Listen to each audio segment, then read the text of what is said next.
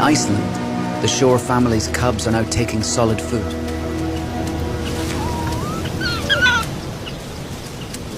Both parents are now free to hunt.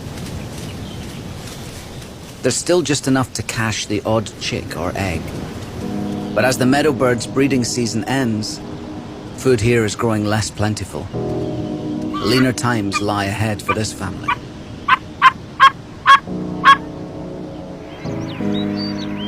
High above them on the Hornbjarg mountain, the cliff foxes too face a challenge. They must catch at least one bird a day for each of their cubs. But the female is struggling to catch enough fulmars from the cliffs. So the